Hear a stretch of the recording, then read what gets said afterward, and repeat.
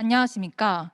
중소기업의 인도네시아 진출 전략 온라인 세미나의 진행을 맡은 중소기업기술정보진흥원 백선혜입니다. 완연한 봄 기운 속에서 오늘 비대면 행사에 참석해 주신 많은 여러분들께 감사의 말씀드립니다. 발표 도중에 궁금하신 사항은 채팅창을 통해 실시간으로 올려주시면 각 발표 시간 이후 질의응답 시간에 바로 답변해 드릴 예정이니 많은 참여 부탁드립니다. 그럼 첫 번째 순서로 중소기업기술정보진흥원 장현성 본부장님의 인사 말씀이 있겠습니다. 안녕하십니까. 중소기업기술정보진흥원 협력사업본부장 장현성입니다. 인도네시아 현지 시장 진출을 희망하시는 중소벤처기업을 위한 세미나에 참석해 주신 모든 분들께 감사의 말씀 드립니다. 오늘 유익한 강연을 해주실 인도네시아 투자조정부 투자진흥센터 란디 리바디안자 부소장님, 한국생산기술연구원 한인도네시아 산업기술협력센터 백건열 소장님, 그리고 특별히 오늘 세미나를 함께 주관하시는 유엔 산업개발기구 한국투자진흥사무소 조현동 대표님께도 감사드립니다. 올해로 출범한 지 20주년을 맞이한 중소기업기술정보진흥원은 대한민국 중소벤처기업의 연구개발 역량 향상을 위해서 다양한 사업을 기획하고 운영하고 있습니다. 최근에는 중소벤처기업의 연구개발 이후에 보다 폭넓은 수요처를 확보하실 수 있도록 국내 시장 확대를 위한 다양한 지원 사업은 물론 우리나라 중소기업의 우수한 기술력이 글로벌 시장으로 확산될 수 있도록 해외 기술 교류 사업도 적극 추진하고 있습니다. 그러나 중소기업 입장에서 투자나 사업 환경이 다른 나라에 진출하는 것은 해외 경험, 진출 경험 또는 조직이나 전문가도 아쉽고 현지에 대한 제대로 된 정보를 접하는 일도 그리 쉬운 일은 아닙니다. 이에 저희 중소기업기술정보진흥원에서는 중소기업 여러분들께서 보다 쉽게 외국 기업과의 기술 교류와 협력을 준비하실 수 있도록 다양한 분야의 인도네시아 지역 전문가를 모시고 맞춤형 핵심 정보와 사례를 제공해드리는 자료를 마련했습니다.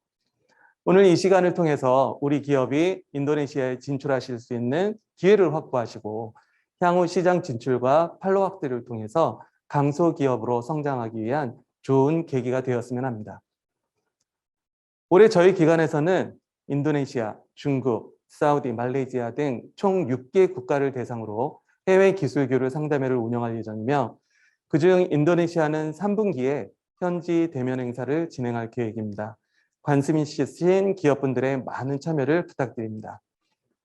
세미나에 참석해 주신 분들께 다시 한번 감사드리며 앞으로 저희 중소기업기술정보진흥원은 중소벤처기업의 해외 기술 교류 확대와 성과 창출을 위해서 지속적으로 노력하겠습니다. 감사합니다. 좋은 말씀 감사합니다. 다음으로 유엔 산업개발기구 한국투자진흥사무소 조현동 대표님의 인사 말씀이 있겠습니다. 안녕하십니까. 유엔 산업개발기구 한국투자진흥사무소 대표 조현동입니다. 오늘 인도네시아 진출 전략 온라인 세미나에 참석하신 모든 기업인 여러분들을 진심으로 환영합니다. 이번 온라인 세미나를 개최하기까지 저희 유니도 한국사무소와 함께 공동으로 노력해 주신 중소기업 기술정보진흥원 장현성 본부장님을 비롯한 관계자 여러분들께 감사의 말씀을 드립니다. 아울러 인도네시아의 비즈니스 환경에 대해 생생한 정보를 전달해 주실 인도네시아 투자조정부 서울사무소의 란디 리바디안자 부소장님과 한국생산기술연구원 한인리 산업기술협력센터 백원열 소장님께도 감사의 말씀을 드립니다. 저희 유니도 한국사무소는 우리 중소기업과 스타트업들의 해외 진출을 지원하기 위해 여러 가지 사업을 진행하고 있습니다. 대표적으로 개도국 인사 초청 사업, 해외 투자 자문 사업, 그리고 무역 투자 역량 강화 세미나 등을 진행하고 있습니다. 특히 인도네시아는 한국 기업들의 진출 수요가 나날이 늘고 있는 동남아시아의 경제 대국입니다. 이에 지난 월요일에는 우리나라 산업통상자원부 장관과 인도네시아 무역부 장관이 화상회담을 갖고 한인리 양국 간 포괄적 경제 동반자 협정, 세파, 그리고 아시아 지역의 영내 포괄적 경제 동반자 협정, RCEP 등을 통한 경제통상협력 확대가 중요하다는 점에 의견을 같이 하였습니다. 저희 사무소도 주한 인도네시아 대사관과 유니도의 인도네시아 지역사무소와의 네트워크를 활용해서 다방면으로 한국과 인도네시아 간 교류 활성화를 위해 노력하고 있습니다. 이번 웨비나와 같이 기업인들께서 꼭 필요로 하시는 정보를 제공해 드리도록 많이 힘쓰고 있으니 앞으로도 많은 관심과 협력을 기대하겠습니다. 아무쪼록 오늘 온라인 세미나가 여러분의 성공적인 인도네시아 진출과 투자의 발판이 되기를 간절히 희망합니다. 감사합니다. 대표님의 좋은 말씀 감사합니다.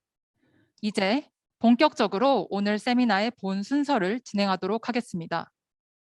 먼저 인도네시아 투자조정부 주한사무소 란디 리바디안자 부소장님께서 인도네시아 현지 투자 정보 및 정책 현황에 대해서 발표를 진행해 주시겠습니다. 발표는 순차 통역으로 진행되는 점 참고 부탁드립니다. 안녕하십니까? Good afternoon, ladies and gentlemen. Allow me to introduce myself. My name is Randi Rifadianza. I am the Deputy Director of Indonesia Investment Promotion Center. We are the representative office of Indonesia's Ministry of Investment, or BKPM, here in Seoul, South Korea. First of all, allow me to send my appreciation to TIPA and Unido ITPO Korea for organizing and arranging this online seminar. On this opportunity, I would like to share with you all about what's going on in Indonesia, the current investment information and policies by Indonesia's government. Hopefully, the information that I share today will be beneficial to the participants'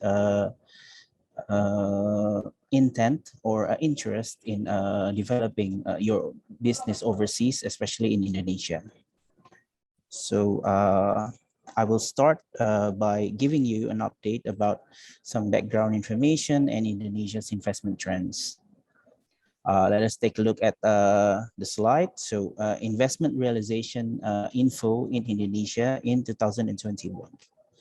Foreign direct investment into Indonesia, excluding investment to banking and financial sectors and also the oil and gas sectors, have jumped 10.1% year on year to a record high of 122.3 trillion Indonesian rupiahs, or equivalent to $8.5 billion in the fourth quarter of 2021, rebounding sharply from a 2.7% drop in the previous period amidst efforts by the Indonesian. Consecutive translation. Oh, yes. May I translate? Yes, please. 네, 안녕하십니까 여러분. 먼저 제 소개를 하도록 하겠습니다. 저는 인도네시아 투자진흥센터 부소장이고요. 제 이름은 랜디 리바디안자입니다. 네, 저희는 인도네시아의 투자조정부 BKPM을 대표해서 주한사무소에서 근무하고 있습니다. 먼저 이 자리를 빌어서 중소기업 정보진흥원 그리고 유니도에게 이런 온라인 세미나를 준비해 주신 점에 대해서 감사 말씀을 드리겠습니다. 저는 이 자리를 빌어서 현재 인도네시아의 상황과 그리고 투자 정보 그리고 인도네시아 정부의 정책에 대해서 말씀드리고자 합니다. 바라건대 제 오늘 발표가 여러분들에게 특히 해외 시장 진출을 준비하시는 여러분들에게 유익한 정보가 되기를 바라겠습니다. 자, 그렇다면은 먼저 그 인도네시아의 투자 정책에 대해서 업데이트를 해드리고 또 현황에 대해서 말씀을 드리고자 합니다. 다음 화면으로 넘어가게 되었는데요. 자, 투자 실현에 대한 실적을 보여주는 부분이라고 할 수 있겠습니다. 지금 그래프를 보시다시피 4분기 같은 경우에는 작년 2021년 기준 2020년 4분기 그리고 2021년 4분기 대비해서 보시다시피 10.1% 상승을 했습니다. 그리고 전년 동기 대비 수치들도 확인하실 수가 있습니다. 보시면은 2021년 4분기 같은 경우에는 외국인 직접 투자가 인도네시아 현지 통화 기준으로 해서 122조 루피아를 넘어서게 되었습니다. The realization is getting better every year with an increase of 9% for the whole year of 2021 compared to 2020. The target set for year 2021 was reached despite the uncertainties caused by the pandemic. 네, 보시다시피 2020년 대비 2021년 전체 연도를 저희가 비교하게 되면은 9% 정도 상승한 것을 알 수가 있습니다. 지금 투자 실현 금액에 대해서 말씀을 드리겠고요. 그리고 그 코로나19로 인한 불확실성에도 불구하고 보시다시피 계속해서 시간이 흐를수록 증가 추세를 보여왔습니다. Right. Next is just some information on investment realization based on sector, the domestic direct investment and foreign direct investment in Indonesia. 네, 다음 화면 같은 경우에는 부문별로 투자 실현 금액을 여러분들이 비교하실 수 있습니다. 그래서 국내 투자 그리고 외국인 투자에 대한 현황이 여기 나와 있습니다. And this one is another information on investment realization in 2021, but based on location. 네, 그리고 이 화면 같은 경우에는 2021년 투자 실현 현황에 대해서 정리한 표라고 할 수 있겠는데요. 앞서서는 부문별로 나누어졌다면 이것을 위치별로 확인하실 수가 있습니다. For recent information, as you can see on the screen, Singapore was the biggest source of investment in Indonesia or to Indonesia in 2021, followed by Hong Kong, China, the US, Japan, and the Netherlands. South Korea is number 7. And considering the whole year, the FDI was in total 31 billion US dollars, an increase of around 9% from 2020. 지금 보시는 화면은 그 인도네시아의 투자국의 순위라고 할 수 있겠습니다. 대인도네시아의 최대 투자국은 보시다시피 1위가 바로 싱가포르이고요. 그 뒤를 이어서 홍콩, 중국, 미국, 일본, 네덜란드 순으로 나와 있습니다. 한국은 7대 대인도네시아 투자국이라고 할 수 있겠습니다. 그래서 전체 외국인 직접 투자 금액은 2021년 미국 달러로 따졌을 때 310억 달러를 기록을 했고요. 그리고 이것은 2020년 대비 9% 정도 상승한 수치라고 할 수 있겠습니다.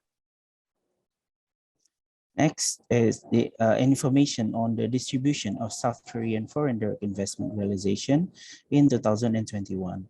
South Korea was focusing their investment overwhelmingly in Java Island. We are trying to shift the focus onto other islands and regions of Indonesia.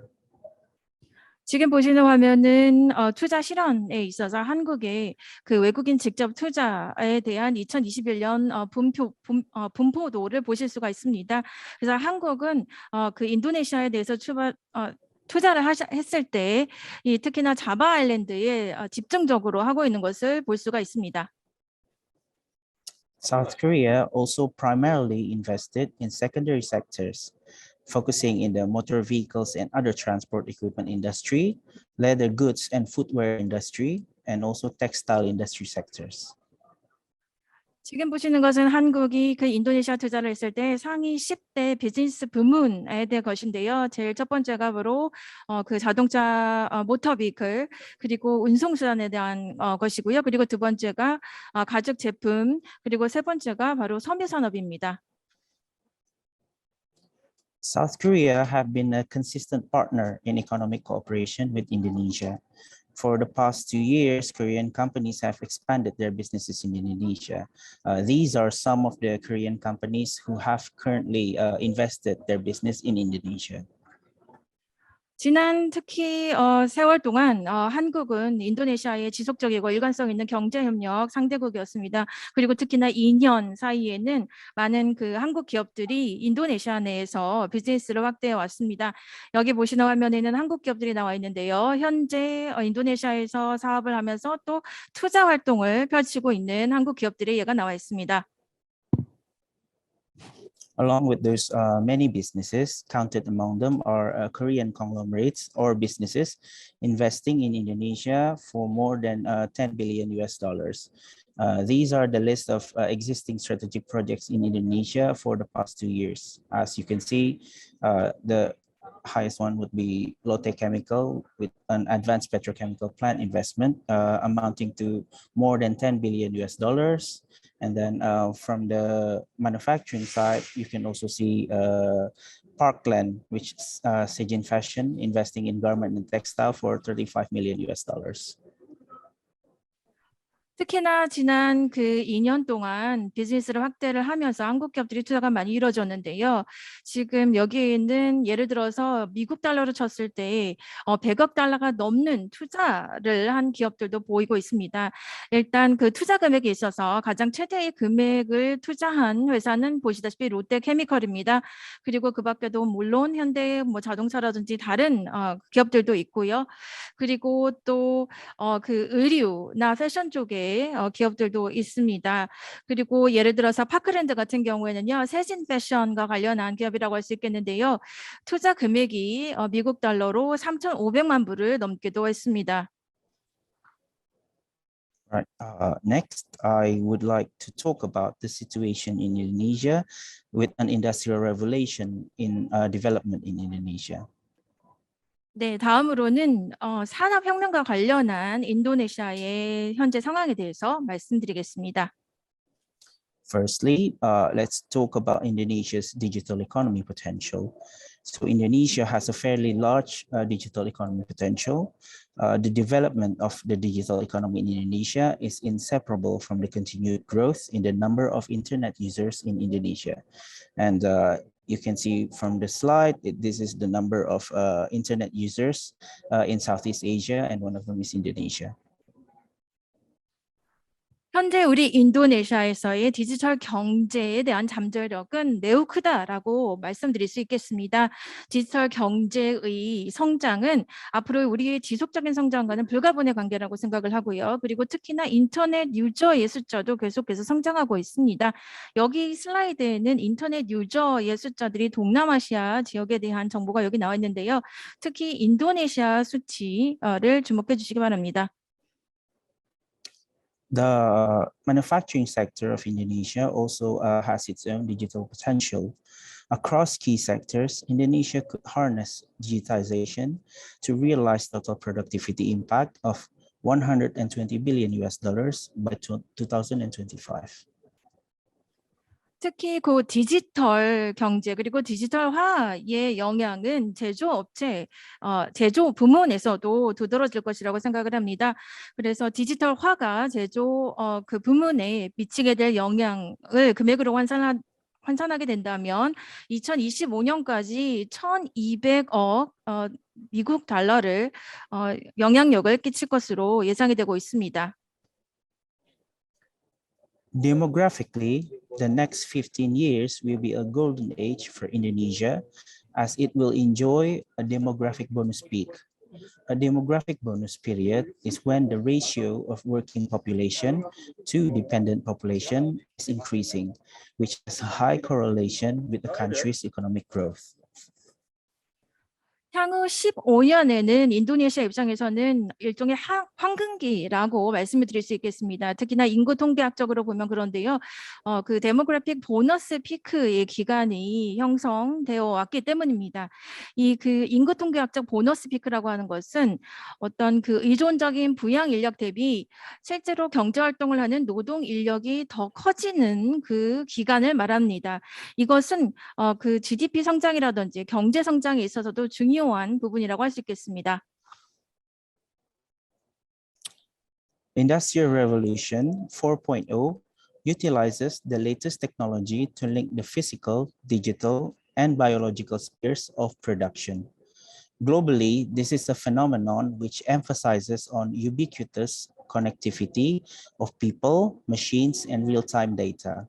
The key technologies of Industrial Revolution 4.0 includes high caliber technologies such as AI, artificial intelligence, Internet of Things, advanced robotics, wearable augmented reality and or virtual reality, and last but not least, 3D printing.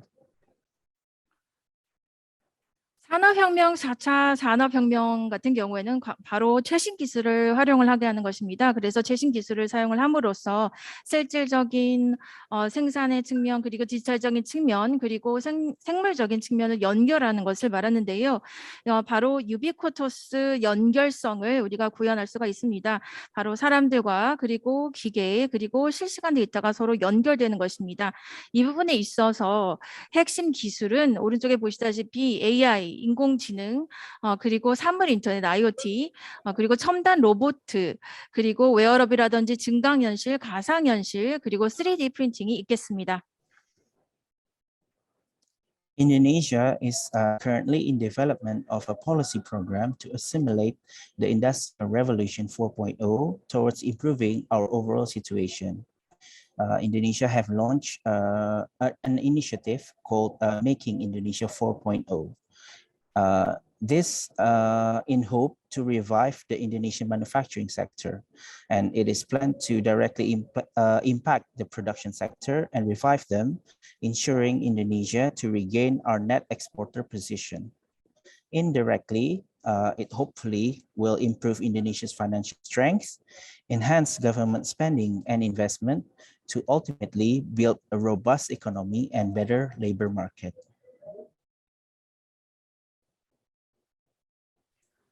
지금 현재 인도네시아는 정책 프로그램을 개발 중에 있습니다. 바로 4차 산업혁명을 위한 정책 프로그램을 개발 중에 있는데요. 이를 통해서 전반적인 상황을 개선하고자 노력하고 있습니다. 이러한 그 맥락에서 최근 인도네시아는 Making Indonesia 4.0이라는 이니셔티브를 발족시켰습니다.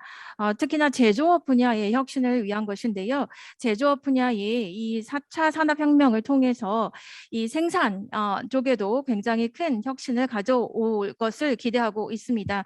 이러한 것을 통해서 저희는 실질적인 넷 엑스포터로서 우리의 그 위치를 점하고자 합니다.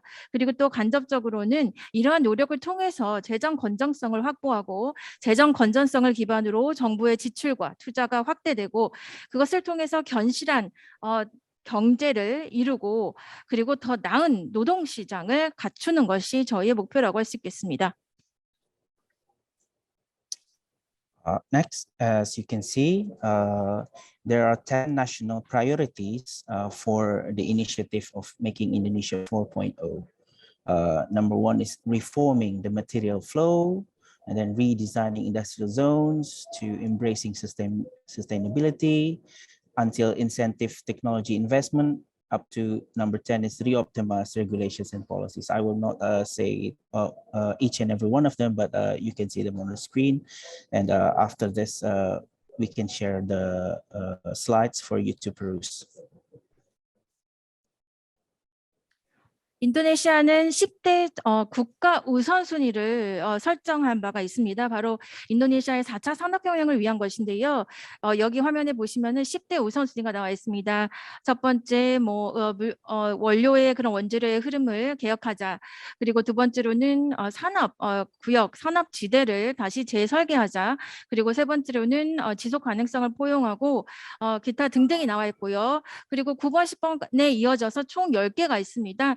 인센티브 기술 그리고 투자에 대한 부분도 있고요. 그리고 규제와 정책의 최적화 작업에 이르기까지 우선순위가 10개가 있습니다. 일일이 말씀을 드리지 않겠고요. 나중에 제 PPT가 공유되면 여러분들이 확인하실 수 있을 거라고 생각합니다. Right. Continuing on, I will talk about policies development and government support in Indonesia. 계속해서 인도네시아의 정책 개발과 그리고 정부 지원에 대해서 말씀드리고자 합니다.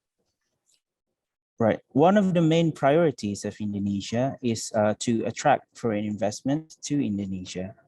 Investment has become the main thing driving economic growth in Indonesia, where it will push for more job opportunities, hopefully resulting in the increase of people's income because of the job creation, which in turn will encourage people to spend more because of higher purchasing power. 인도네시아 우선순위는 일단 그 외국 투자를 인도네시아로 유치하는 것을 우선순위로 두고 있습니다. 이러한 외국인 투자를 통해서 저희는 경제 성장을 도모할 수 있을 것입니다. 그래서 경제 성장의 견인 역할을 할 수 있을 텐데요. 이것을 통해서 또한 일자리가 창출될 것이고, 그리고 일자리가 더욱더 많아지게 되면서 우리 국민들의 소득이 증대될 것으로 예상이 되고 있습니다. 그렇게 되면은 결국에는 우리 국민들의 그 바잉 파워, 구매력이 더욱더 상승하게 될 것으로 기대하고 있습니다. As I mentioned previously, our office, IIPC Seoul, is the representative office of Indonesia's Ministry of Investment. So the Ministry of Investment is given a directive by the government of Indonesia, and the role of the Ministry of Investment can be seen through our key performance indicators, which you can see on the screen. There are 7 of them. From improvement of Indonesia's ease of doing business to encouraging the increase of domestic investment and etc. 제가 근무하고 있는 그 투자진흥 센터는 인도네시아의 그 투자부의 서울 사무소라고 할 수 있겠습니다. 그래서 투자부는 정부로부터 직접적으로 지시를 받는데요. 그래서 여기 지금 나와 있는 것은 바로 인도네시아 투자부의 7대 핵심 성과 지표들이 있습니다. 인도네시아의 그런 비즈니스를 할 수 있는 환경을 더욱더 수월하게 한다던가 이런 개선, 그리고 대규모 투자를 유치하다던가 보시다시피 7대 핵심 성과 지표가 나와 있습니다. Regarding policy development, Indonesia has taken or created 5 steps to facilitate investors aiming to increase investment realization. The first step is promotion, convincing investors that Indonesia is very friendly for investment, and then assistance in the licensing process or the licensing services. After that is the assistance in the financial closing process, and then assistance to commercial production stage, and then at the end is end-to-end services for investors.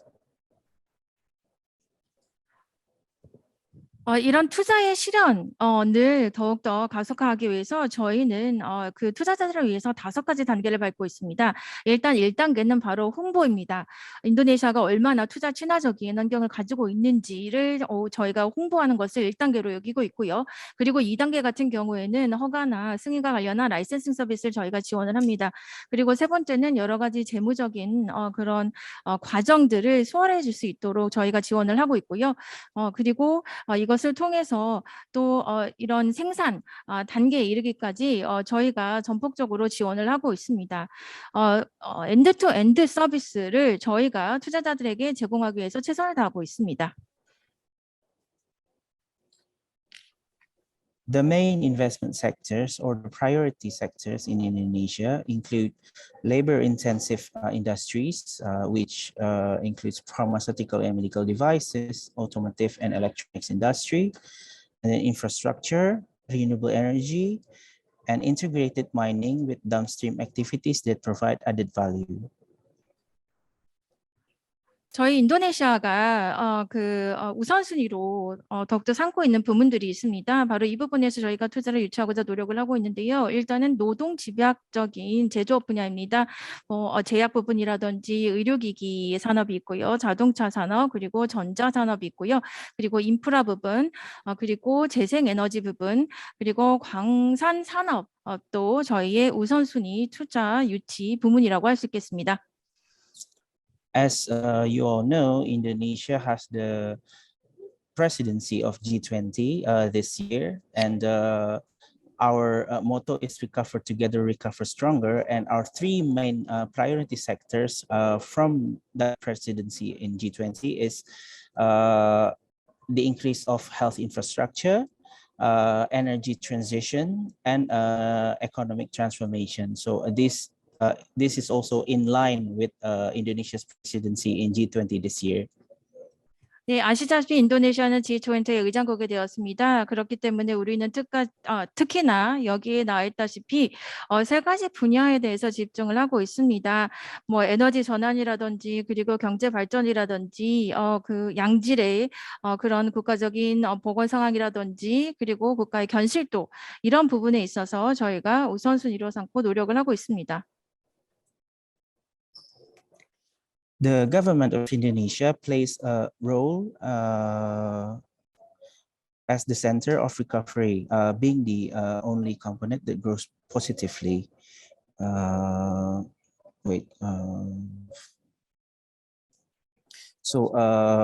One of Indonesian government's policy is to change the direction of industrial policy from the primary sector to value-added or downstream-based industries in order to create economic transformation.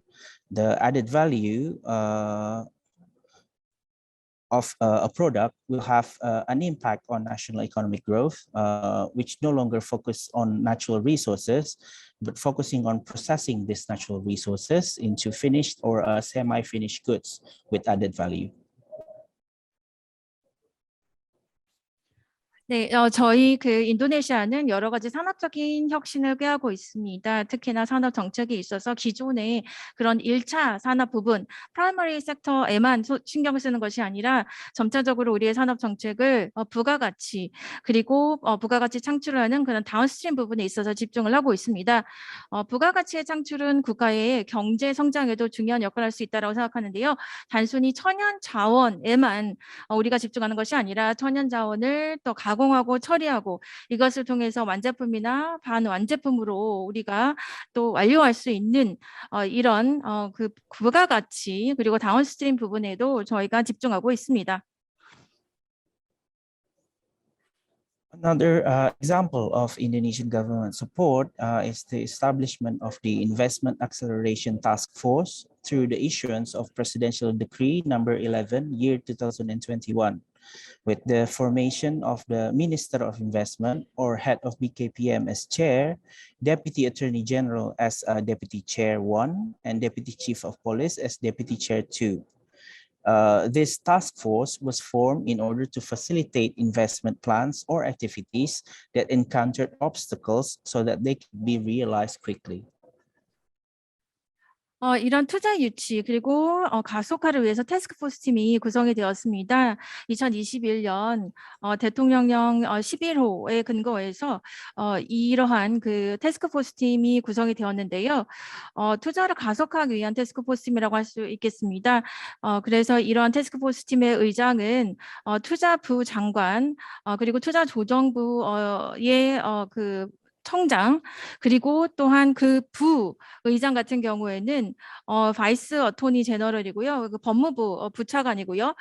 그리고 여기 화면 참조해 주시면 되겠습니다. 이런 그 투자 가속화의 태스크포스 팀의 존재 이유는 바로 이 투자 계획과 그리고 활동들을 더욱더 빠르게 가속화시키고 혹시 투자를 저해하는 요소가 있으면 빨리 해결하기 위한 그런 태스크포스 팀이라고 이해하시면 되겠습니다.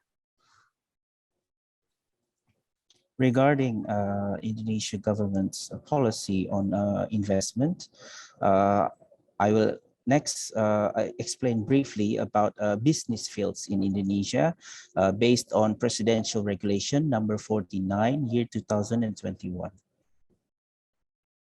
네, 다음으로는 간략하게 좀 설명을 드릴 텐데요. 이 그 투자와 관련해서 인도네시아의 업종과 관련해서 정보를 드리고자 합니다.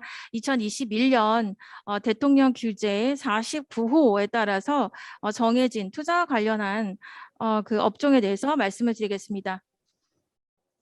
So previously, regarding the business fields, the presidential regulation was number 44 in 2016.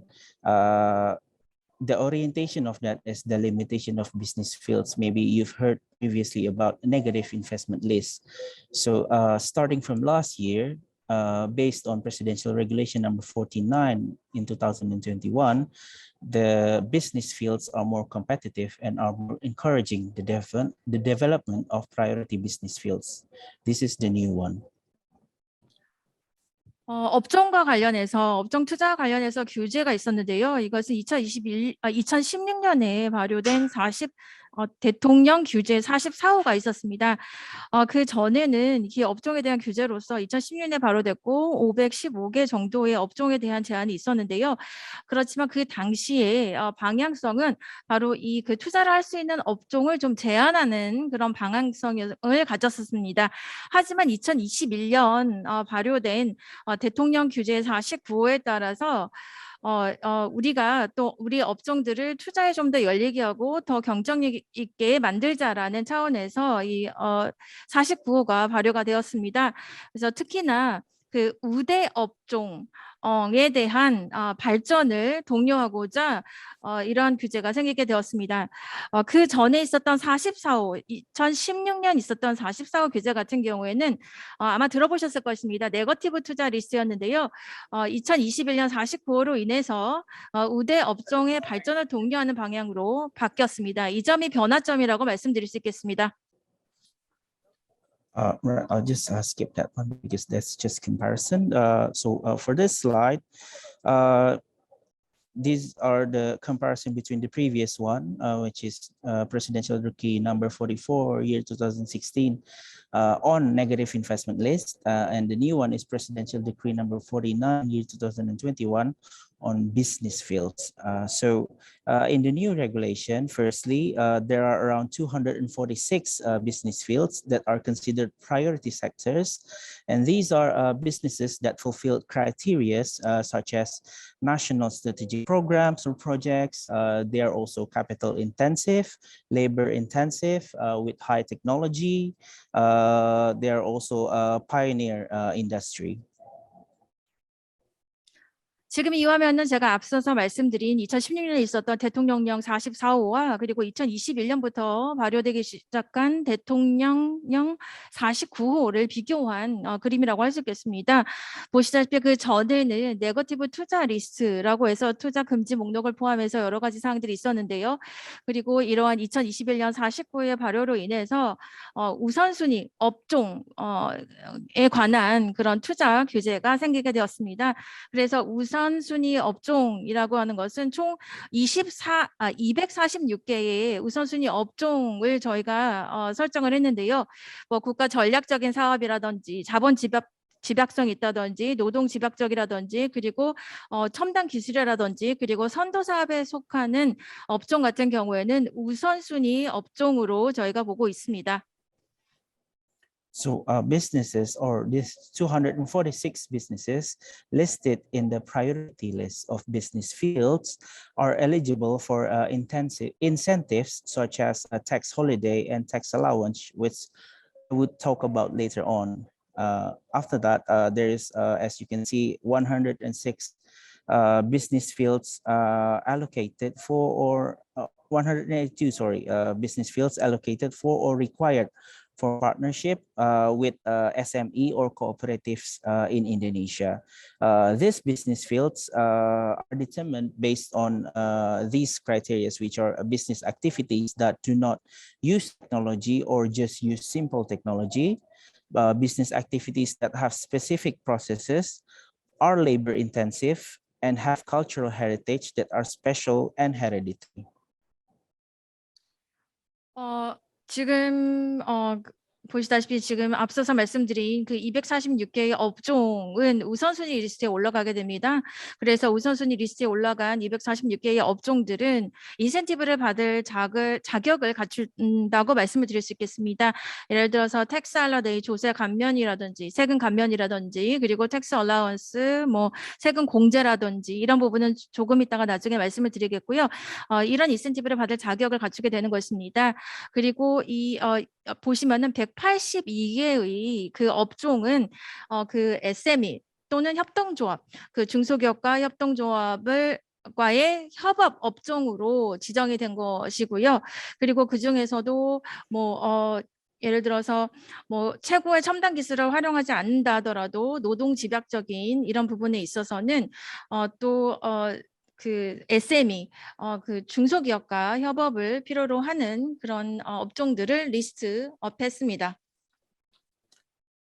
After that, there are 37 business fields which are open with certain requirements. So these requirements included, but not limited to, investment requirements for domestic investors, and then requirements or restrictions on foreign capital ownership. For example, some of the business fields among these 37 business fields have maximum foreign capital ownership requirement or limit.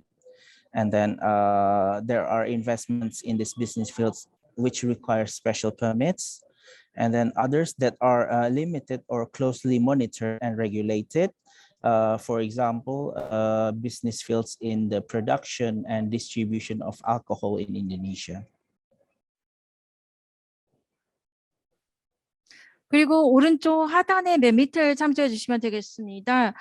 이 그 부분 같은 경우에는 이 조건부 투자가 가능한 그 리스트라고 할 수 있겠는데요.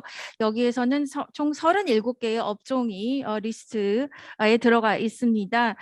이 37개에 속하는 그런 업종에서는 뭐 투자에 있어서 일종의 그 조건이 달린다든지 아니면 어떤 지분 소유에 있어서 제한이 있을 수가 있는데요. 뭐 투자 조건이 뭐 국내 투자자에 대한 투자 조건이 적용이 된다던가 아니면은 외국인 투자에 대한 지분 제한이 적용이 된다던가 그런 경우가 있겠습니다. 그래서 예를 들어서 뭐 최대 외국 지분 투자율이 몇 %다라고 제한을 두는 그런 업종이 있을 수 있겠고요. 그리고 어떤 경우에는 아주 그 긴밀하게 모니터링되고 또 규제의 대상이 되어서 또 그런 업종에 대한 투자에 있어서는 또 특별한 허가가 필요한 경우도 있는 경우를 포함하고 있습니다. 뭐 예를 들어서 인도네시아에서는 알코올 생산이라든지 유통에 있어서는 이런 특별한 허가나 그리고 모니터링을 요하는 부분이라고 할 수 있겠습니다. Now, I will explain about investment incentives in Indonesia. 네, 이제는 투자 인센티브로 들어가 보겠습니다. First, on the left, we'll talk about import duty facilities. So these business entities who fulfill the criteria and want to import machines, goods, and or materials for production will be eligible for 2 years of import duty exemption, or additional 2 years for a maximum of 4 years for companies using locally produced machines at a minimum of 30%. This incentive is mainly for industries which produces goods and or services and eligible for companies who wants to import things that fulfill the criteria. 인센티브의 좌측을 먼저 설명을 드리고자 합니다. 이것은 수익 관세 프로그램이라고 생각하시면 되겠는데요. 저희가 정한 기준에 부합하는 기업들은 수입 관세에 면제를 받을 수가 있습니다. 예를 들어서 뭐 기계료라든지 상품이라든지 그리고 생산을 위한 그런 원재료를 외부에서 수입하고자 하는 기준에 부합하는 기업들 같은 경우에는 이러한 수입 관세를 2년 동안 면세를 받을 수가 있습니다. 그리고 추가적으로 2년이 더 연장이 될 수도 있습니다. 예를 들어서 국내에서 생산을 위해서 설비나 원부자재를 뭐 인도네시아 현지에서 만들어진 것들을 사용한다든지 이런 경우에는 예를 들어서 뭐 30% 최소 인도네시아 현지에서 관련된 그런 그 기계류의 그 사용이 최소 30%를 넘게 되면 2년을 연장할 수가 있습니다. 그래서 이러한 그 수입 관세가 면제되는 대상 산업들은요, 상품이라든지 그리고 서비스를 생산하는 산업이 되겠습니다. Also, there are incentives and facilities if you decide to invest your business in Indonesia's free trade zones. You will receive exemption on import duties, VATs, sales tax on luxury goods, and excise. FTZs in Indonesia include Batam, Bintan, and Karimun. 그리고 오른쪽에 보시면은 또 그 자유무역 지대에 관련한 인센티브도 저희가 마련을 한 바 있습니다. 그래서 자유무역 지대에서 활동을 하는 기업 같은 경우에는 그 투자에 대해서 뭐 임포트 듀티 그 수입 관세가 면제가 될 수 있고요. 그리고 VAT 면제, 그리고 이 고급 품목 럭셔리 상품에 대한 판매세 면제, 그리고 소비세 면제가 가능합니다. 이 자유무역 지대는 바탐이나 그리고 빈탐 그리고 카리문 지역을 말합니다. A little bit more about the import duty exemption facility. So they are divided into two for import duty exemption for the import of machinery and for goods and raw materials. So the criterias for importing the goods to get the import duty facility is that the imported machines, goods, and or materials for production are not available in Indonesia. The second criteria is that if the imported machines, good, and or raw materials are available in Indonesia, but the quality is not up to the standard required for the company to produce or do their business in Indonesia. And the third criteria is if the imported goods or machines and raw materials are available and the standard and quality is feasible, but the quantity is not enough.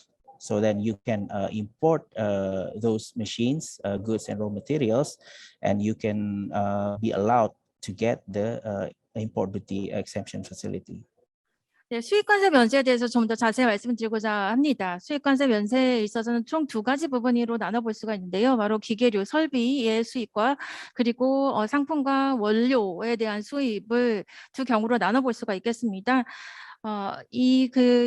여기 그 인센티브, 그러니까 수입 관세를 면제받을 수 있는 여러 가지 기준이 있을 수가 있는데요. 일단은 첫 번째는 기계류라든지 상품이라든지 원료가 여기 인도네시아 현재는 없기 때문에 수입을 해야 되는 경우에 해당하고요. 그리고 두 번째 경우는 기계류라든지 상품이라든지 원료가 현지에 있기는 합니다. 그래서 공수가 가능하지만 이 해당 회사가 자신들의 어떤 상품이라든지 이런 것들을 만드는 데 있어서 일정 기준에 부합하지 않은 상태인 경우에는 수입을 할 수가 있습니다. 이 경우에는 물론 수입 관세가 면제가 될 수가 있겠고요. 그리고 세 번째 경우에는 이런 기계류나 상품이라든지 원료가 인도네시아에서 이용 가능하고 구할 수 있고, 그리고 일단은 그 스탠다드, 그 회사의 그런 표준 기준에 부합하는 상태이지만 양이 충분하지 않은 경우가 있을 것입니다. 그 경우에는 또한 수입이 필요하겠죠. 그래서 이런 경우에 대한 재정적인 인센티브로 수입 관세 면제가 이뤄질 수 있습니다. Either 50% or up to 100% of their income tax for a period of 5 to 20 years, depending on the total amount of investment. The scheme is as you can see on the slide. So the sectors included and criteria are also available there. 네, 지금 보시는 화면은 그 투자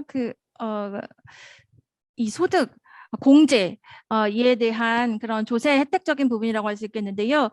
그래서 공제가 50% 아니면 또 100%에 이르기까지 지금 이 조건별로 여기에 나와 있습니다. 그래서 5년의 기간 동안 50%가 공제될 수 있거나 아니면은 여러 가지 그 투자 금액에 따라서 연도별로 100% 정도 공제가 될 수가 있습니다. Mr. Presenter, actually, we have only 3 minutes left. Yes. For your presentation, just for your information. Yes, I will be quick. Thank you. So after that, next we have an incentive called investment tax allowance, and this is also a fiscal incentive that will be given. It is a reduction of corporate income tax by 5% per year for 6 years for a total of 30 years. The scheme is on the slide. 네, 이 부분도 조세 혜택적인 그 재무적인 인센티브라고 할 수 있겠는데요. 예를 들어서 재정 인센티브가 매년마다 5%씩 법인세가 공제가 될 수 있습니다. 그래서 6년 동안 공제가 되는데요. 총 30%의 공제를 의미합니다. And we also have something called investment allowance facility. And this scheme is for the reduction of net income by 60% of the total investment value for 6 years, which is charged at 10% per year. 네, 그리고 또한 그 인베스트먼트 어라운스도 있습니다. 그래서 투자에 대한 그런 혜택이라고 할 수 있겠는데요. 지금 보시다시피 그 소득 넷 인컴이 전체 투자 금액의 60% 정도가 공제가 될 수 있는 것을 말합니다. 그래서 6년 동안 이루어지겠고요. 그렇게 되면은 연간 10% 정도의 감경이 있을 수 있습니다. Right, and last but not least, I will talk about special economic zones in Indonesia. I'll just be quick. So these are the basic concept of establishing special economic zones in Indonesia.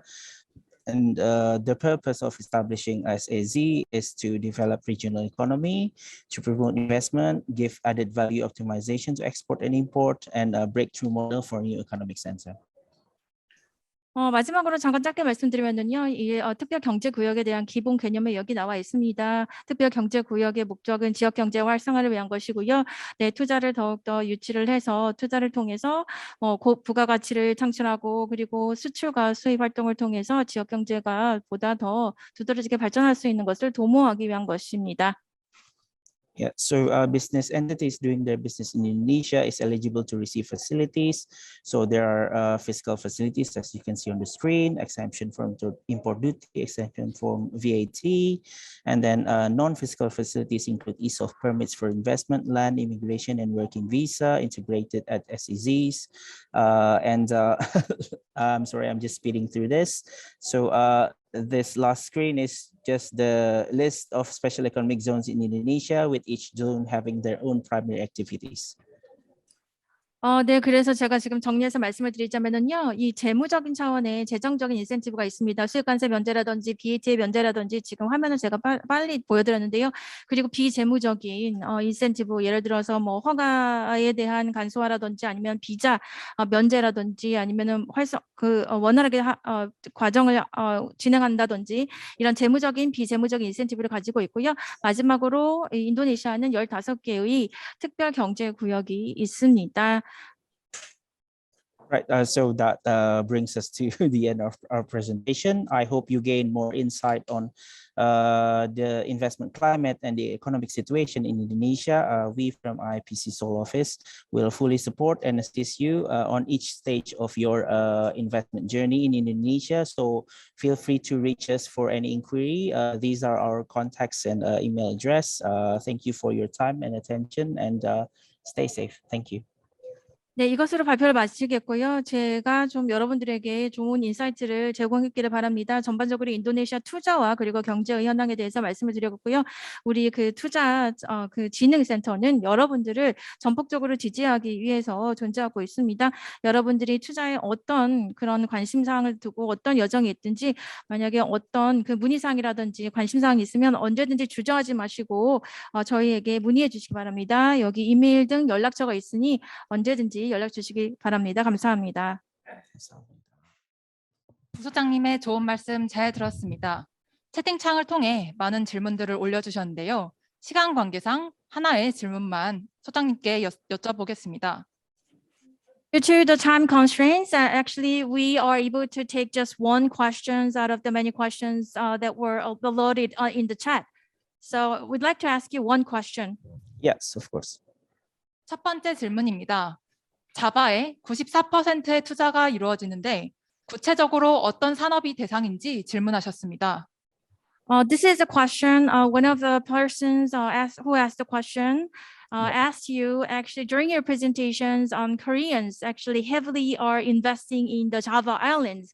Yeah. So 94% of their investment is centering around the Java Islands. Yes. So specifically, what type of investment are they making? So in what area? Right. As I mentioned earlier in my slides, there are three main sectors that Korean investors are investing in Indonesia. Number one is motor vehicles and other transport equipment industry. Number two is leather goods and footwear industry. And number three is textile industry. Close to that, number four is electricity, gas, and water supply. So maybe I think all of you might have heard before about the investment from Hyundai Motor Group in Indonesia for the production of cars and electric vehicles. And I think you must have also heard of last month on the 15th of March, there was a grand launching for the first production of EV in Southeast Asia, which is in Indonesia for Ioniq 5. 네, 94%의 투자에 대해서 말씀을 드렸었는데요. 제가 아까 잠깐 발표 도중에 말씀을 드렸다시피 주요한 투자 부분은 총 3-4가지를 정리해서 말씀을 드리면은 한국인들이 주로 투자하는 부문이 자동과 운송 장비, 그리고 두 번째로는 가죽, 그다음에 신발류, 그리고 세 번째로는 섬유, 그리고 네 번째로는 전기가스, 그리고 물 공급과 관련한 부분에 투자를 많이 하고 있는 것으로 알려졌습니다. 그리고 여러분도 아마 최근에 뉴스를 통해서 들으셨겠지만 현대자동차가 인도네시아에 또 투자를 더 늘렸습니다. 자동차 생산, 특히나 그 전기 자동차 EV와 관련해서 투자를 했는데요. 예를 들어서 한 달 전인 3월 15일 정도에는 이 현대자동차가 그랜드 런칭을 했습니다. 동남아시아 시장에서 아이오닉 5라고 하는 전기차를 최초로 생산하는 곳을 인도네시아로 삼은 것입니다. Just add it a little more. Thank you for your questions. I'm sorry I will not be able to answer the other questions, but for the other participants who have questions, feel free to contact our office through the email or just call us and arrange a meeting in our office. Thank you. 네, 다시 한번 감사 말씀드리고요. 나머지 질문에 답변을 못 드려서 죄송합니다. 일단 저희 서울 사무소 연락처로 전화나 이메일을 통해서 문의 주시면 저희가 또 회의를 따로 잡을 수 있습니다. 감사합니다. 감사합니다. 네, 부소장님의 명쾌한 답변 감사드립니다. 다른 여러분들의 질문에 대해서는 답변 받으실 이메일 주소를 남겨주시면 추후 연락드릴 예정이오니 많은 양해 부탁드립니다. 그럼 두 번째 순서로 한인니 산업기술협력센터 배건열 소장님께서 인도네시아 진출 환경과 애로사항 및 양국 산업기술협력 현황에 대해 발표를 진행해 주시겠습니다. 네, 반갑습니다. 저는 한인니 산업기술협력센터의 백원열 소장입니다. 제가 지금까지 인도네시아에서 이렇게 인도네시아 현지 기업과 인도네시아 정부 그리고 인도네시아 진출했던 이런 한국 기업들과의 나눴던 모든 이런 노하우들을 가지고 좀 생생하게 좀 전달을 드리고 싶습니다. 제 발표에 앞서서 란디 씨가 발표하셨던 내용을 좀 요약할 필요가 있을 것 같고요.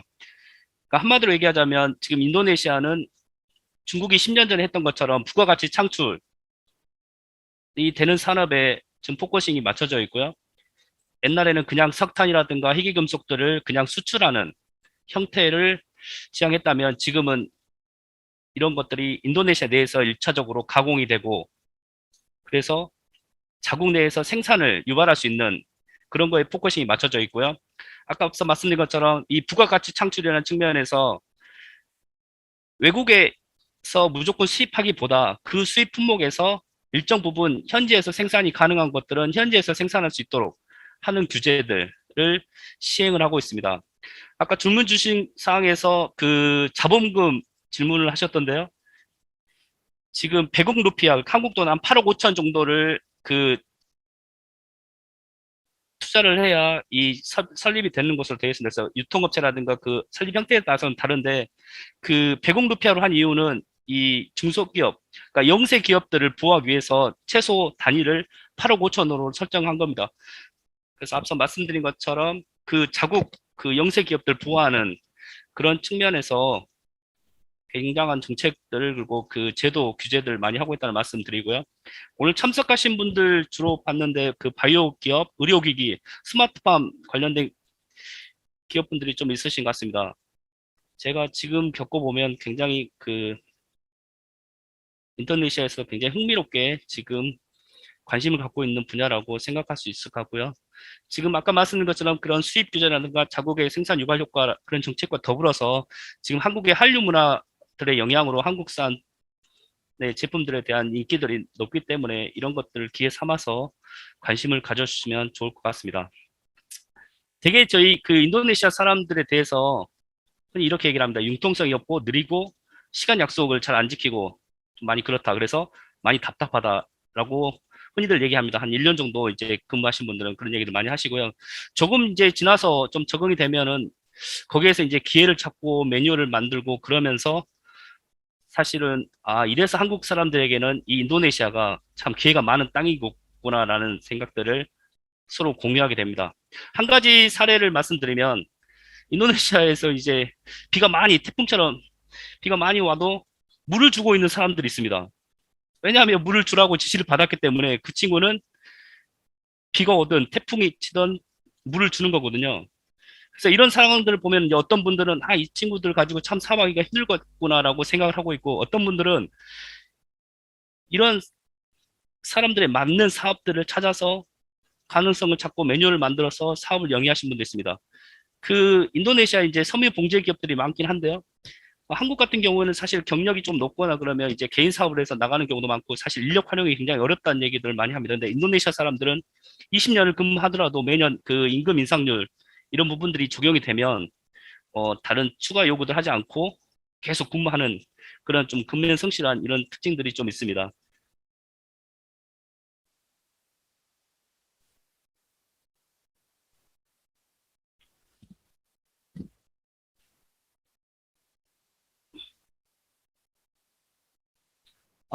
인도네시아 동양 저희 진출 애로사항 그리고 그 양국의 산업기술 협력 사업들 위주로 말씀을 드리도록 하겠습니다.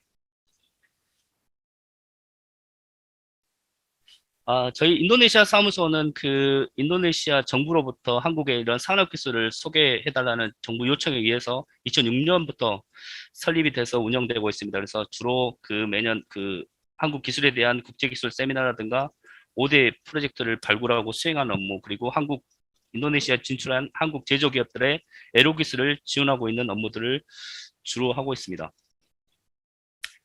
인도네시아는 그 매년 경제 성장률이 5%가 넘고요. 지금 러시아 우크라이나 전쟁에도 불구하고 환율이 안정적으로 움직이고 있으며 매년 무역 수지가 흑자로 유지하고 있습니다. 그리고 외부에서 앞서 말씀드린 그 란디 발표처럼 그런 그 외국 기업들의 투자 유치, 그리고 최근 글로벌 기업들의 진출과 더불어서 굉장한 그 중요한 위치를 차지하고 있는 그런 나라가 되겠습니다.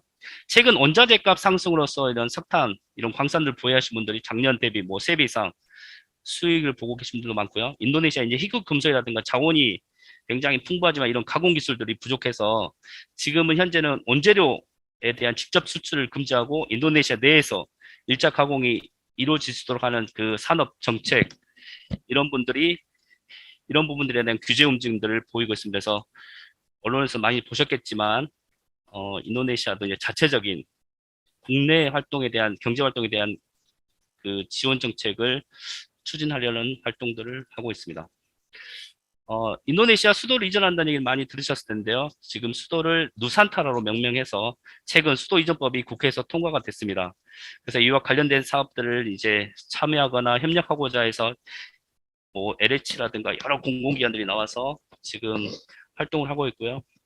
그러나 이제 문제는 그 한국과 다르게 민간 자본 투자 비율이 사실 80%가 넘고, 그렇기 때문에 이런 그 투자를 약속했던 일본이나 중국의 기업들이 이런 투자 상황에 따라서 이런 그 성패가 좀 가려질 거라고 보고 있어요. 그래서 지금 코로나 상황으로 좀 많이 좀 연기가 됐는데요. 지금 법이 통과됐기 때문에 다시 좀 탄력을 받아서 진행할 예정입니다. 인도네시아는 그 여러분이 생산하시는 것보다 더 이제 모바일 사용 이런 부분들, 그 비대면 거래에 대해서 되게 익숙하고요. 햄버거나 커피 하나를 사더라도 모바일 배달로 시켜서 이렇게 먹는 경향들이 있습니다. 그래서 그랩이라든가 다양한 서비스를 모바일로 소비하는 그런 트렌드가 정착된 그런 나라입니다. 최근 이 한국 드라마 이런 유행으로 인해서 이런 한국말로 인사하는 사람들이 굉장히 많고요. 저희가 정부 부처를 만나도 먼저 한국말로 인사하는 사람들이 굉장히 많습니다. 그리고 비싼 가격임에도 불구하고 이런 한국 식당 그리고 현지 손님들이 더 많을 정도로 지금 이런 한국 문화나 이런 부분에 대한 관심들이 뜨겁고요. 이제 한국 화장품을 뛰어넘어서 홍삼이라든가 떡볶이 이런 한국 문화랑 연결된 제품들이 사실 잘 팔리고 한국의 그 메이드 인 코리아라고 되어 있는 부분에 대해서 좀 굉장한 그 어드밴티지를 갖고 주는 부분들이 있습니다. 그리고 광고를 보면 한국인 연예인들이 굉장히 많이 등장하는 것들을 흔히 쉽게 볼 수 있습니다. 인도네시아는 사실 그 코로나 상황에서 차관을 중국으로부터 받기도 했지만 경제 살리기 위해서는 확장 기조 정책들을 계속 유지하고 있고요. 기업 투자 촉진을 위한 옴니버스법을 개정해서 투자 지분이라든가 이런 부분들을 넓혔습니다. 아까 채팅에서도 질문하신 분이 계시던데 아마 개정이 된다 하더라도 그런 큰 기조는 유지할 거라고 다들 기대를 하고 있습니다. 산업 육성을 위한 그 메이킹 인도네시아 4.0 육성 정책으로 그 앞서 말씀드린 것처럼 부가가치 높은 제품들을 생산하기 위한 것들을 주로 하고 있고요. 저희도 이와 관련돼서 그 한국의 이런 제조 기술들이 협력할 수 있도록 하는 활동들을 같이 하고 있습니다. 사실 그 전에는 그 일종의 해외 자본이라든가 해외 대기업을 통해서 관련 산업을 성장시키고 독점을 눈감아주면서 이 카르텔을 형성해서 관련 산업을 육성하는 정책이 주로였습니다. 그러니까 일본 자동차가 98%를 독점하고 있는 형태와 같이 특정 기업이 해당 산업을 책임지는 구조에서 경쟁 체제를 도입하기 위해서 이제 현대차라든가 테슬라 이런 다양한 글로벌 메이커들이 인도네시아에 지금 진출을 하고 있고요. 그 원자재라는 이런 부분들도 인도네시아 내에서 생산 활동을 발생할 수 있게 하기 위한 정책들을 적극적으로 추진하고 있습니다. 사실 여기 인도네시아 살아보시면 이제 쓰레기 분리수거라든가 이런 부분도 사실 제대로 되고 있지 않고 있지만 글로벌 이슈인 그런 탄소 중립이라든가 ESG 정책 같은 부분들도 로드맵을 가지고 지금 장기적으로 추진하고 있고요. 그 올해 12월에 열리는 G20 의장국이기도 하지만 이 큰 그 땅덩어리를 바탕으로 그 대국에 대한 자존심들을 가지고 있는 나라이기 때문에 이런 부분들은 또 이렇게 정부 글로벌 이슈에 맞춰서 추진하고 있습니다. 진출 애로사항에 대해서 말씀드리겠습니다. 사실 미국하고 중국의 이런 무역 분쟁 이후에 아세안 국가로서 사실 많이 관심들이 이동했고요. 처음에는 이제 베트남으로 관심이 많이 높았다가 그 코로나 상황에서 이제 공산 국가에 대한 이미지들이 굉장히 이제 기업 활동하시는 분들에게 많은 아픔으로 다가와서 사실 인도네시아로 신규 진출하거나 동남아의 그 본부의 거점을 인도네시아로 이전하는 사례들이 굉장히 많이 늘고 있습니다. 그래서 최근에 이제 인도네시아에 대한 관심들은 계속 늘고 있다는 말씀을 드리고 싶고요. 이런 흐름에 맞춰서 아까 말씀드린 것처럼 포스코도 지금 증설을 준비하고 있고요. LG전자도 지금 공장을 증설하고 있고 여러 다양한 기업들이 지금 추가 공장 증설을 하고 있습니다. 그리고 현대차 앞서 말씀드린 것처럼 고이 대통령이 참석하셔서 첫 그 전기차 출고식을 지난달에 한 경험이 있고요. 롯데라든가 이런 그 신규 대기업 진출도 지금 잘 이루어지고 있습니다. LG 에너지 솔루션은 사실 자원 활용 이런 부분들이 있고 이제 가공해야 돼서 이런 부분에서 이제 현지 정부라든가 이제 그 광산 지분을 갖고 있는 분들하고 협상 이런 부분도 있지만 협상이 잘 해결돼서 다음 주 정도에 계약이 체결된다는 얘기를 들은 바 있습니다. 곧 양국 이제 국회 비준이 이루어진 이제 세파입니다. 그 세파를 통해서 더 많은 품목들이 이제 물론 관세 혜택들을 받을 수 있을 것으로 기대하고 있고요. 인도네시아는 사실 그 세파를 준비하면서도 이런 석탄 수출 중단이라든가 희귀금속 이런 원재료 수출 금지 등 이런 자국 이게 이제 조금이라도 부합된다고 생각하면 언제든지 자기에게 유리한 그 정책을 시행해서 이제 국가 간의 협정도 사실은 조금 무시할 수 있는 나라라는 점은 좀 아셨으면 합니다. 앞서 이제 말씀드린 것처럼 인도네시아 내에서 사실 생산이 가능한 품목이거나 이 부분 좀 육성해야 되겠다고 생각하는 부분에 대해서는 사실 수입 규제라든가 다양한 그 규제를 통해서 제약을 하고 있다는 말씀을 드립니다. 그 규제에 대해서는 아까 할랄 인증 그 질문 주셨는데 식약청 관련된 BPOM이라든가 기술 표준 인증에 대한 SNI 그리고 의료국이 해당되는 그 인증들이 있고요. 이런 부분들 사실 서류 준비하는 기간도 굉장히 많이 들고 이런 그 회사 품목에 대해서 굉장히 계속 지금 확대해가는 추세고요. 그 인증이라든가 이런 부분들 통해서 사실은 추진하는데도 기간이 굉장히 오래 걸리기 때문에 관련 전문 기관들 통해서 진행하실 필요가 있다고 생각합니다. 그래서 지금 이 표는 참조해서 좀 보시면 되겠고요. 최근에 그 삼성전자란 어떤 이런 대기업들도 사실 SNI 이런 인증 때문에 굉장히 어려움을 겪고 인도네시아 정부라든가 요청을 했음에도 불구하고 많은 사실 제약 조건이 있었어요. 왜냐하면 완제품을 생산하기 위해서 일정 부분들을 다른 나라에서 가져야 될 그런 부품에 있다 하더라도 이렇게 태클을 걸면서 될 수 있으면 인도네시아 내에서 그런 부분들을 조달할 수 있도록 한 번씩 이렇게 이런 관련 규제들 가지고 기업들을 태클하는 경우들이 빈번하게 발생하고 있습니다. 사전 수입 허가 물량에 대해서 지금 사실은 허가제를 운영하고 있는데요. 전체적인 그런 수입 물량이나 이런 부분들은 사실은 계속 축소하고 있고요. 뭐 통관이나 이런 부분도 계속 강화하면서 아까 말씀드린 것처럼 전체적인 정책 기조는 인도네시아 내에서 이런 부분들이 이루어질 수 있도록 하는 것들이 주요 목표라고 보시면 될 것 같습니다. 인도네시아 이제 막상 진출을 추진하다 보면 이제 행정 처리에 대해서 굉장한 불신들이 좀 있으시고요. 그 대졸자랑 이제 경력직 같은 경우에는 사실 장기 근속 개념보다 조금 급여가 높으면 이렇게 이 시기를 유연하게 하는 경향이 있어서 좀 인력 활용에 대한 애로사항들도 좀 있고요. 지식재산권이라든가 이런 보호에 대한 부분들도 사실은 굉장히 조금 어려운 부분도 있습니다. 그래서 이런 부분들은 좀 고민을 하신 다음에 여러 채널을 통해서 좀 알아보시고 하시는 게 필요할 거라고 생각합니다. 아까 말씀드린 것처럼 크게 세 가지에 대해서 조금 이제 고민을 하셔야 된다는 말씀 드리고 싶습니다. 그러니까 그 수입 물량, 총량을 계속 이제 줄이고 이런 것들을 조율을 통해서 국산에 그러니까 인도네시아 내에서 이런 생산 활동들이 강화될 수 있도록 한다는 말씀 드리고요. 그래서 사실은 이제 품질하고 전혀 상관없이 그냥 수입 쿼터라는 이름으로 그런 것들을 이제 통제를 하고 있고요. 자국산 부품 비율이라고 해서 아까 말씀드린 것처럼 현대차가 차를 하나 이렇게 생산하더라도 그 퍼센트에 따라서 이런 세금이라든가 이런 부분들이 달라지기 때문에 될 수 있으면 그 비슷한 품질이면 인도네시아 내에 있는 그 부품들을 사용할 수 있게끔 계속 규제를 한다는 말씀드리고요. 통관이라든가 이런 부분들 의무 인증에서 국가 표준에 대한 SNI 부분들도 사실은 그 코로나 상황에서 그 한국이라든가 필리핀, 베트남 가서 사실 인증을 받아야 되는데 그것들이 옛날에 화상으로도 이루어졌었는데 그런 부분들을 실제로 가지 못한다는 이유로 통제했던 그래서 그런 이제 삼성 같은 대기업들도 굉장히 애로를 해소할 만큼 강하게 추진했다는 말씀을 드리고 싶습니다.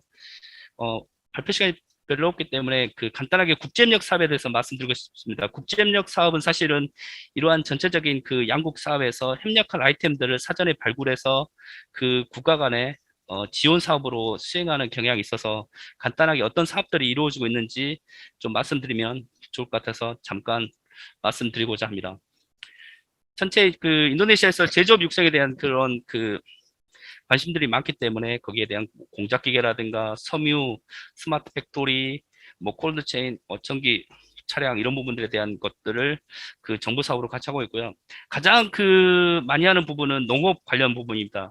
그 조코이 대통령이 식량 자원화, 그러니까 인도네시아는 식량을 수입하는 나라입니다. 이렇게 땅이 넓음에도 불구하고 그래서 이 농업에 대한 관심들이 굉장히 많고요. 그런 그 조코이 정부의 식량 자원화 정책에 가지고 한국의 그런 농업 기술들에 대한 다양한 사업들이 이루어지고 있고요. 그리고 또 중요하게 저희가 이 땅이 넓기 때문에 이런 자체적인 에너지 생산 이런 부분들이 상당히 부족합니다. 그래서 이런 에너지 자원 그리고 환경에 대한 다양한 ODS 사업들이 추진되고 있다는 말씀을 드립니다. 그래서 한국의 이런 그 제조업 기반이 되는 그런 공작기계 관련 센터들을 통해서 교육까지 이루어지는 사업으로 이제 인도네시아 제조업 기반을 지원하기 위한 사업들을 하고 있고요. 인도네시아가 무분별한 사실 광산 개발이나 이런 부분들이 이루어져서 이렇게 그 많이 오염이 되어 있습니다. 이런 부분들을 한국의 기술을 통해서 다시 그 친환경 쪽으로 복원하는 사업들에 대한 사업들을 하고 있고요. 지금 인도네시아 아까 말씀드린 것처럼 섬유 부분에 대한 그 산업 비중이 굉장히 높습니다. 그래서 그 솔루션 지원 사업에서 한국의 이런 그 섬유 관련 기업들의 에로 기술을 지원하는 사업들이 진행되고 있고요. 이런 그 바이오 가스라든가 이런 부분들은 사실 그 한국의 기술과 인도네시아 자본들이 합작해서 활용할 수 있는 이런 바이오팜 실증화 사업들도 진행이 되고 있습니다. 그리고 지금 그 현대차 그 전기차 출시에 맞춰서 이런 그 전기차 충전 시설에 대한 그 ODA 프로젝트가 진행이 되고 있고요. 제가 이제 가보면 그 일본이라든가 다른 나라에서도 이런 비슷한 사업들을 많이 해서 지금 인도네시아 이런 전기차 육성 프로젝트를 지원하는 다양한 그 사업들이 이루어지고 있다는 말씀을 드립니다. 아까 말씀드린 것처럼 지금 인도네시아는 그 식량을 수입하는 나라입니다. 그래서 지금 그 신수도 이전과 관련해서 그 깔리만탄 그 섬에 대단히 그 농작물 육성할 수 있는 부분들을 지금 계획을 하고 있고요. 그 육성하는 것들을 대해서 좀 부가가치 높은 농기계라든가 이런 부분을 통해서 생산을 더 촉진할 수 있도록 하기 위한 정책들을 추진하고 있습니다. 그래서 우리나라의 그런 농기계 기술들을 지원할 수 있는 사업으로 농기계 기술 지원 센터에 대한 사업들이 지금 기획되고 계획 중에 있습니다. 이러한 그 다양한 사업들에 대한 흐름으로 그 양국의 이런 관심 사항들을 좀 보시면 좋을 것 같고요. 아까 말씀드린 것처럼 스마트팜이라든가 지금 의료기도 굉장히 지금 만나보면 많은 분들이 관심을 많이 보이고 있고요. 특히 스마트팜 같은 경우는 제가 만나본 경험을 비춰보면 여기 사실 과일들이 그렇게 맛있지 않습니다. 그래서 스마트홈으로 재배한 과일들이 굉장히 맛있고 그렇거든요. 그래서 사실 가격이 뭐 굉장히 비쌈에도 불구하고 없어서 못 팔 정도로 그렇게 지금 인기가 높다고 들었습니다. 사실 이런 그 국제협력 사업에서도 인도네시아 비중이 굉장히 높아지고 있고요. 앞서 말씀드린 것처럼 한국의 대기업 진출도 가장 많이 이루어지는 나라가 지금 현재 인도네시아입니다. 그리고 경제나 안보 분야에서도 인도네시아는 점점 그 중요한 위치를 차지하고 있고 미국과 지금 대규모 군사작전 그 연습을 하는 우방으로서 인리를 생각하고 있기 때문에 앞으로도 이제 한국과 같은 모델로서 그런 경제 성장이 인도네시아에서 이루어질 것이라고 다들 예상을 하고 있습니다. 오늘 참석하신 모든 기업분들에게 앞으로도 인도네시아가 깊은 관심이 되는 나라로 생각해 주셨으면 감사하겠습니다. 이상 발표를 마치겠습니다. 감사합니다.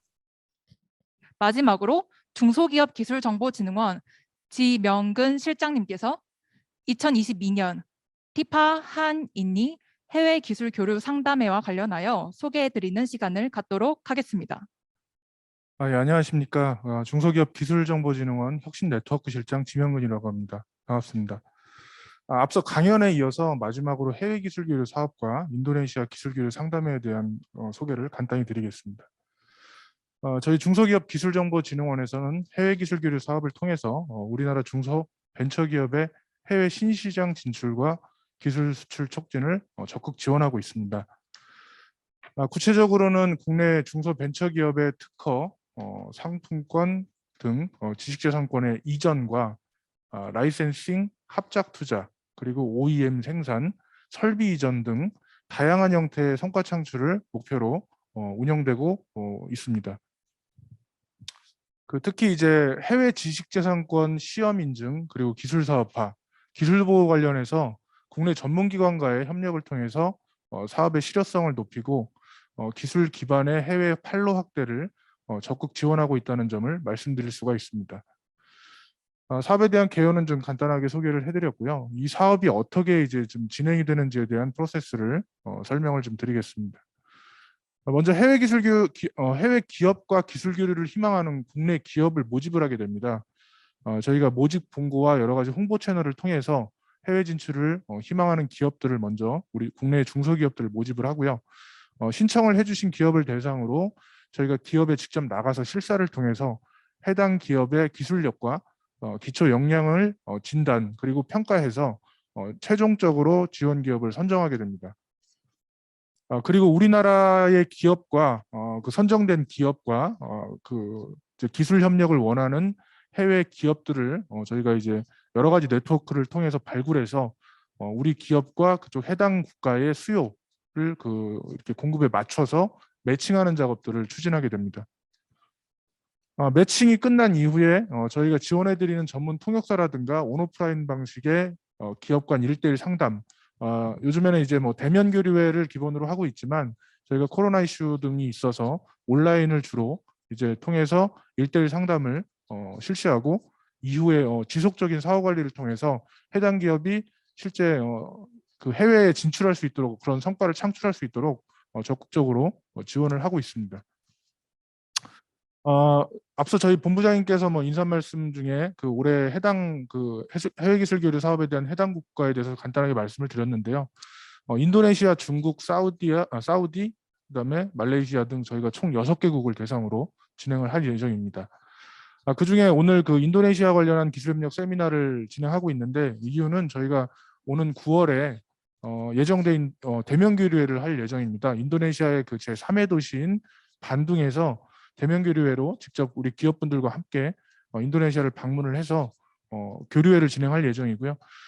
같이 저희가 이 사업을 하고 있는 협력기관인 한국화학융합시험연구원과 한국생산기술연구원, 연구원의 인도네시아 센터와 함께 저희가 우리 기업들의 현지 기술 상담과 또 현지 바이어 그 공장, 현지 업체의 공장 방문 등을 현지 이렇게 방문할 때 지원할 것을 저희가 지금 계획하고 있습니다.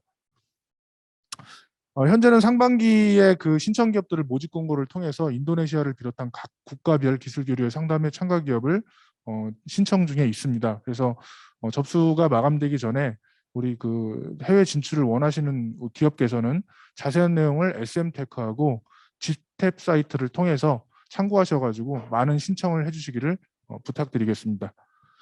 네, 관심 있는 기업에 다시 한번 관심 있는 기업에 많은 참여를 부탁드립니다. 짧은 사업 설명을 드렸습니다. 예, 감사합니다. 실장님의 좋은 말씀 잘 들었습니다. 이것으로 오늘 준비된 순서는 모두 마무리되었습니다.